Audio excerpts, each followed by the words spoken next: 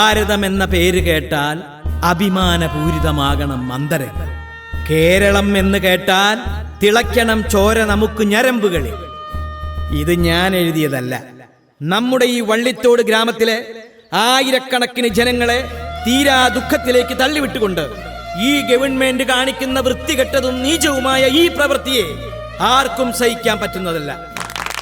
അതുകൊണ്ട് പറയുക, നമ്മുടെ ഗ്രാമത്തിലേക്കൊരു ബ്രാൻഡ് ഷാപ്പ് കൊണ്ടുവരാൻ എന്തുകൊണ്ടാണ് ഗവൺമെന്റ് കണ്ണടയ്ക്കുന്നതെന്ന് നമുക്ക് മനസ്സിലാകുന്നില്ല.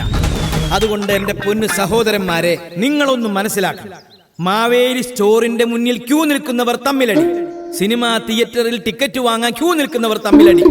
അതേസമയം ബിവറേജസ് ബ്രാൻഡ് ഷാപ്പുകളുടെ മുന്നിൽ ക്യൂ നിൽക്കുന്ന വിവിധ മതവിഭാഗക്കാർ എത്രയോ സൗഹാർദ്ദപരമായി പെരുമാറും. അത്